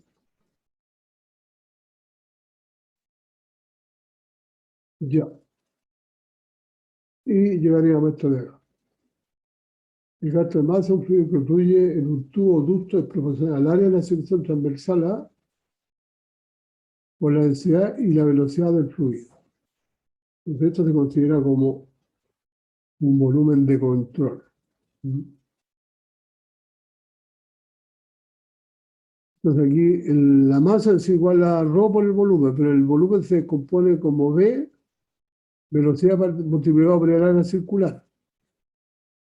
Como este es m punto, entonces aquí está metido el tiempo. Entonces sería, V sería entonces unidad de longitud partido por el tiempo, y eso multiplicado por el área. Estos dos multiplicados es igual al volumen. Y aquí numéricamente está expresado acá. Ρ sería kilogramos por longitud al cubo, V sería velocidad, longitud partido por segundo, y el área sería L cuadrado. Entonces, si usted elimina los L hecho con este de acá y este de acá, nos queda kilogramos por segundo. Ese sería el M punto. Kilogramos masa por segundo, que sería la cantidad de fluido que pasa entonces por dentro del ducto. La cantidad. En este caso podríamos relacionarlo con el agua que va por dentro del ducto que va a refrigerar el molde. Sería entonces una cantidad de litros de agua por unidad de tiempo que pasa por dentro del fluido, por dentro del ducto. El volumen de un fluido que fluye por un tubo o ducto por unidad de tiempo se llama gasto volumétrico, V punto. Aquí aparece de nuevo entonces volumen por unidad de tiempo. M punto partido por ρ igual a V punto. Y eso igual a V por el área circular. V por el área circular. Esto es volumen. Volumen. Esas son todas, digamos, relaciones que se usan en el caso de los fluidos. ¿Alguna pregunta hasta el momento, Jen? ¿Aló? ¿Me están siguiendo o no? Espero que me estén escuchando. ¿Aló? ¿Aló? Sí, profe, lo escuchamos. Ya. Bueno, que hay una cantidad de problemas que se hacen con respecto a esto. Diferentes tipos de cosas. Bueno, nosotros esto lo vamos a orientar solamente al caso del molde, ¿no? Pero en el caso de estanques con agua y todas esas cosas que hay, se aplican, digamos, estos conceptos. Bien, entonces, de nuevo, entonces, para un sistema de flujo estacionario con una entrada y una salida, la velocidad de flujo de masa hacia adentro de un volumen de control debe ser igual a la velocidad de flujo de masa hacia afuera del volumen de control. Es decir, la masa que entra por unidad de tiempo es igual a la masa que sale por unidad de tiempo y eso es igual a m puntos. ¿No? Porque dentro del ducto, como se da de un volumen de control, entonces lo que entra es igual a lo que sale. Entonces eso se considera también como un flujo estacionario. Entonces la unidad acá, bueno, ahí está la fórmula, m punto por cp por delta t. Y eso está en kilojoule partido por segundo. Punto sería transferencia neta de calor hacia adentro o hacia afuera de un volumen de control. ¿Se fijan? Eso con el Q punto está dado por unidad de tiempo, kilojoule por segundo.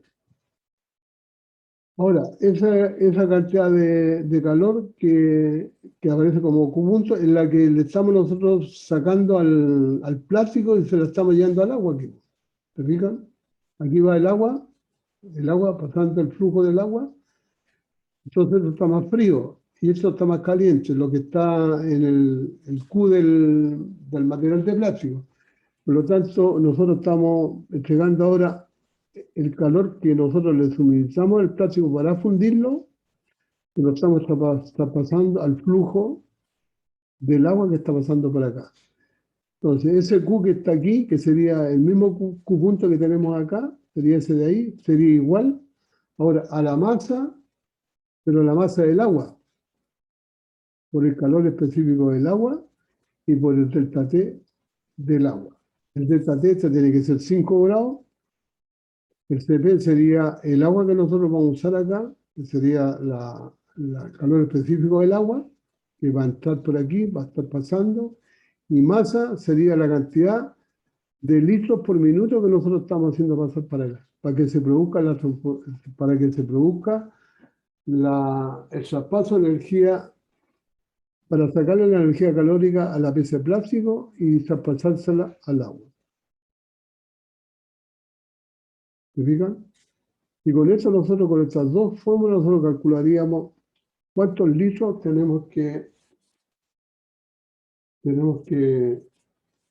¿cuánto se llama? Hacer traspasar por dentro del molde para que se produzca el enfriamiento o se endurezca el material de plástico y para poderlo extraer del molde. ¿Se fijan? Por ejemplo, el calor específico del agua es 1, calor, gramos por grado Celsius, ese es el agua. El alcohol, 0,58, aluminio, 0,19, el plomo, 0,031, el cobre, 0,093, el hierro, 0,11, el hielo, 0,55. Eso sería el calor específico, ¿no? Nosotros al agua tenemos que agregarle, como calor específico tenemos que agregarle 1 caloría de calor a 1 gramo masa para elevar la temperatura en 1 grado Celsius. Ese es el calor específico, esa es la definición. El caso del hierro, no, es uno más grande. El aluminio, por ejemplo, ahí está. Nosotros, a una pieza de 1 gramo de aluminio, una pieza de 1 gramo de aluminio, tenemos que agregarle 0,219 calorías para que se produzca una variación de temperatura del aluminio en 1 grado. Suponiendo, si está a 5 grados, para que suba a 6 grados, nosotros tenemos que suministrarle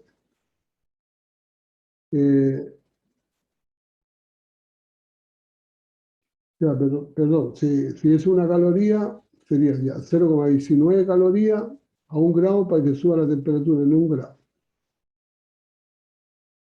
Y de 2 gramos, tendríamos que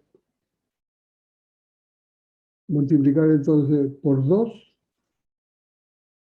sería el doble de 0,19 la pieza de aluminio, para que suba entonces la temperatura en un grado. Es proporcional, o sea, esto es para el caso de una pieza de aluminio que tiene 1 gramo de masa, le tenemos que comunicar 0,219 calorías para que se produzca en ella un cambio en la temperatura de 1 grado. ¿Digamos? Y así para los otros materiales.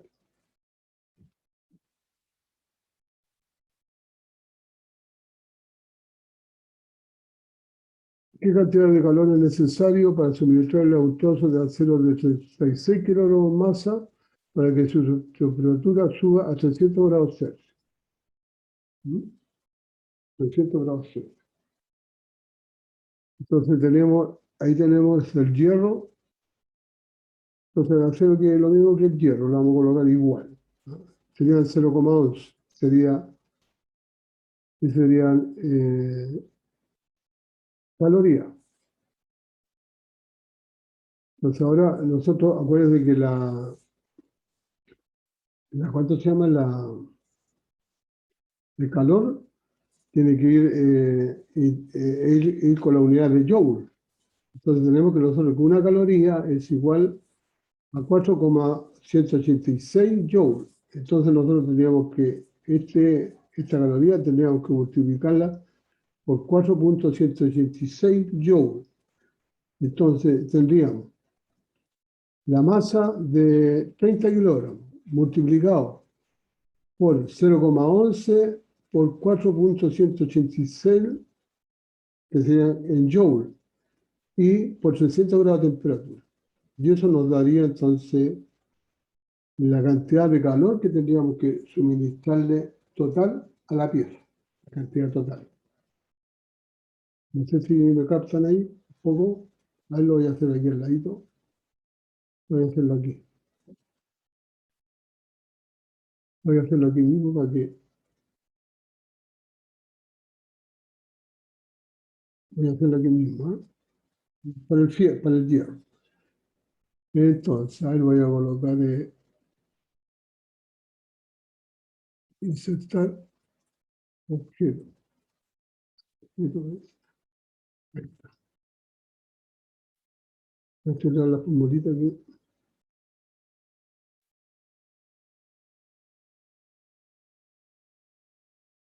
Ahí está. Ahí. Aceptar.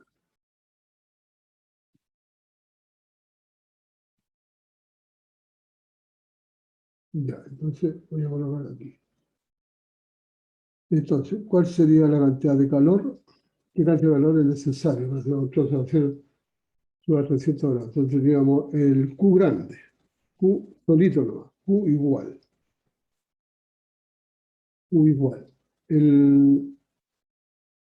Tenemos 36, la masa, 26 kilogramos, 36 kilogramos más. Eso multiplicado por el, eh, por, por 0,11.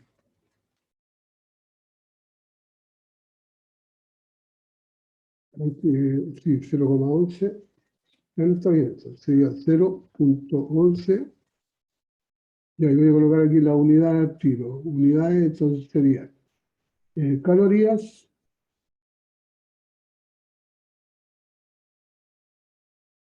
a 0,11. Voy a colocar calorías.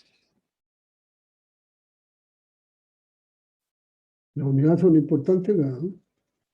Entonces sería calorías, tal como está expresado, calorías, partido por gramos y por grados Celsius.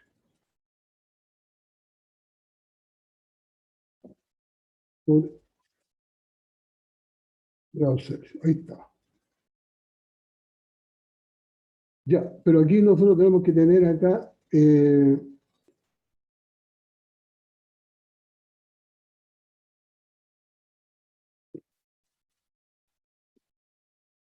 ya, aquí tenemos que transformar porque aquí tenemos 36 kilogramos, entonces aquí tenemos gramos y aquí tenemos calorías. Entonces una caloría voy a colocar aquí al ladito, ¿ah? Para que más o menos ustedes vayan bien. Ah, no, bien mal ahí. Bien mal. Ya. Entonces estoy aquí arribita. Ahí sí. Ya. Entonces voy primero a transformar los gramos a kilogramos masa para que quede con esto de acá. Entonces sería gramos arriba, G minúscula, y abajo la G. Ya, entonces la relación que hay entre un kilogramo más, un kilogramo es igual a 1000 gramos. Ahí está la relación. Entonces aquí se va la G que están estos dos de aquí. Ya, ¿qué otra cosa? Ya, y lo otro que tendría que colocar aquí, la otra relación que hay entre...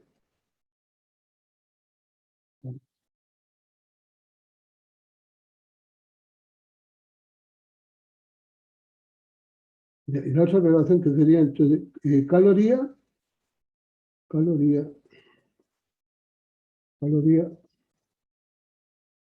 y joule, J, mayúscula, J. Entonces, una caloría, ya, entonces sería,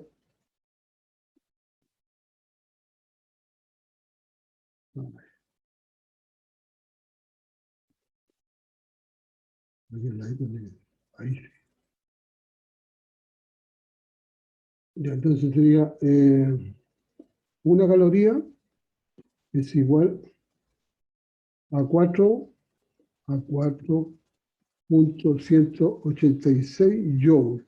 Ahí está. Entonces aquí la caloría se va con esa de ahí. El gramo se va con esto de acá.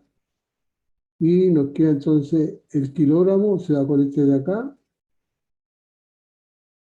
Nos quedaría entonces joule. Y ahí faltan los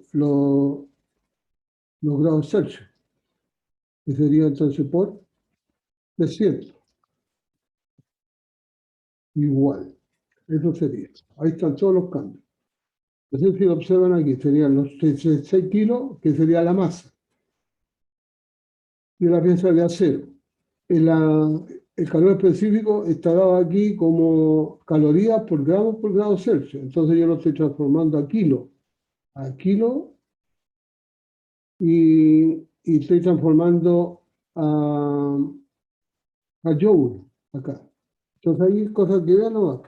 Kilogramo, este gramo se va con este gramo de acá, nos queda kilogramo. La caloría se va con esta de acá, nos queda joule. Entonces multiplicando todo eso nos va a quedar. Hagamos el cálculo. Hagamos el cálculo. Entonces nos quedaría. Sería 36 multiplicado por 0,11 por 1000 por 4,186 y por 300. Igual. ¿Cuánto me dio? Todo esto está dado en joule. En joule. Entonces me da 4.972.968. Y esos son joule. Y eso, si lo quiero colocar igual en kilojoule, porque es muy grande la cantidad, dividimos por 1000. Entonces sería kilojoule. Entonces sería 4.972,9, voy a poner 9, y esto sería K joule. Ahí está. Ese sería el resultado. Actualizar.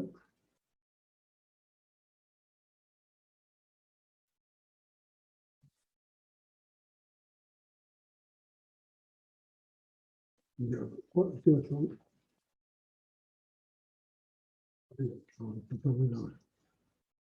¿Aló? ¿Están escuchando o no? Parece que no. Sí, profesor, no estaba escuchando. Sí, profe. Ya, entonces ahí estaría el resultado. El primer equilibrio, ¿qué cantidad de valor es necesario para suministrar a un trozo de acero 36 kilogramos masa para que su temperatura suba a 300 grados? Hay que comunicarle 4.972,9 kilojoules. Hay que suministrarle a la pieza. Para que suba de la temperatura, podríamos decir la temperatura ambiente, a 300 grados de temperatura. Eso sería lo que teníamos que comunicar. ¿Se fijan? Eso sería. Ese sería un ejercicio entonces. Entonces aquí está la masa por el calor específico por el delta T. Y el único problema que hay que como esto está expresado en calor por gramo por grado Celsius, está expresado así, entonces lo que tenemos que hacer nosotros aquí en este caso podríamos esto transformarlo al tiro, llevarlo al tiro a joule, para no meter ese cálculo ahí. Entonces que ir al tiro en joule. ¿Y qué? Si no, usan directamente la tabla, pero tienen que hacer la transformación.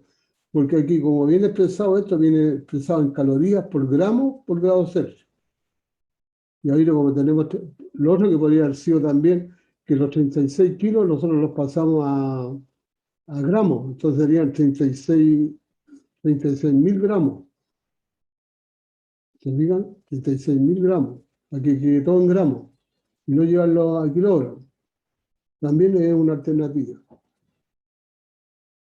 Y si nosotros lo lleváramos a joule, lo podríamos hacer directamente también por calorías también. Desde a los 300 multiplicado por 0,11 y por 36.000 y nos daría entonces el resultado Q, que necesitamos nosotros una cantidad de calorías.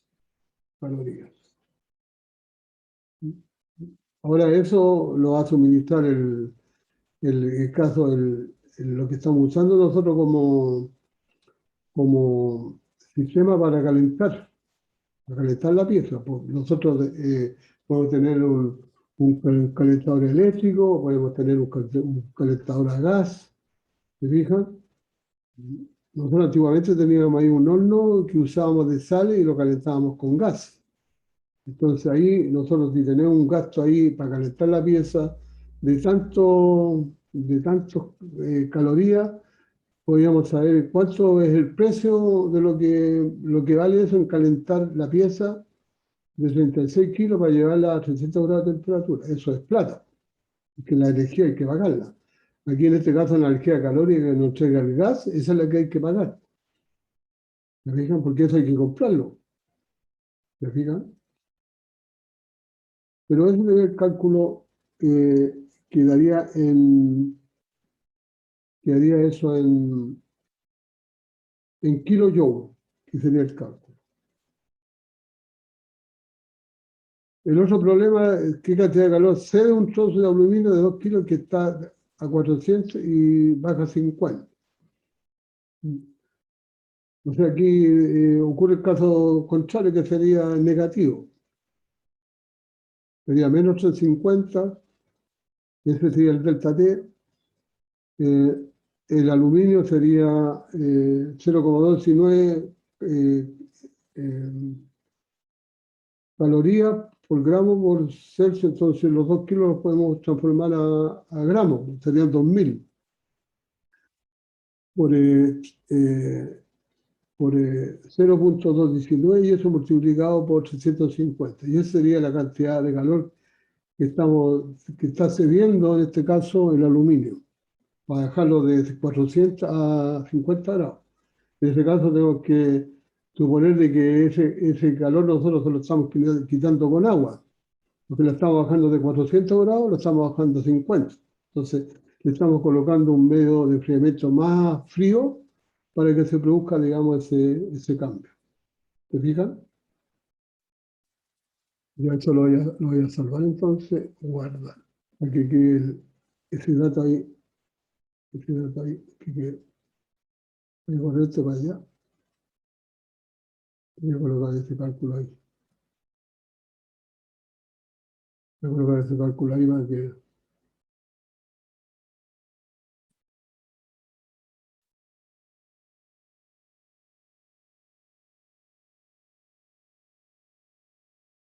Ya, ahí estaría el cálculo. Sería una aplicación entonces.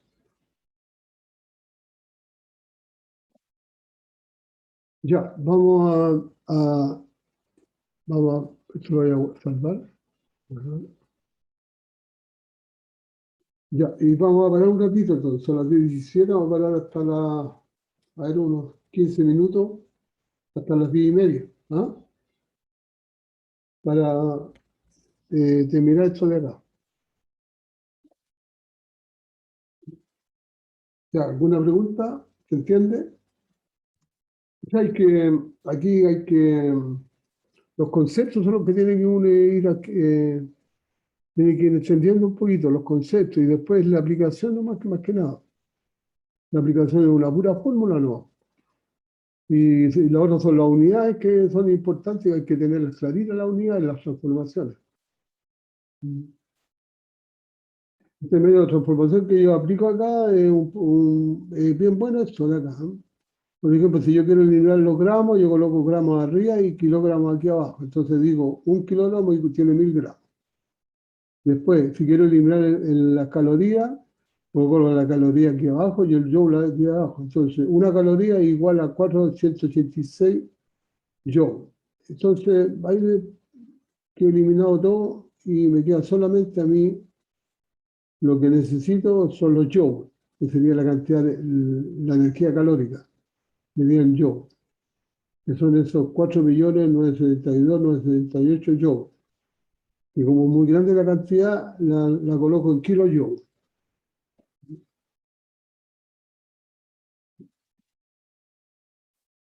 Bien, vamos a parar un ratito y continuamos después. ¿Ya? Ya, profe. Ya, listo entonces. Voy a grabar esto.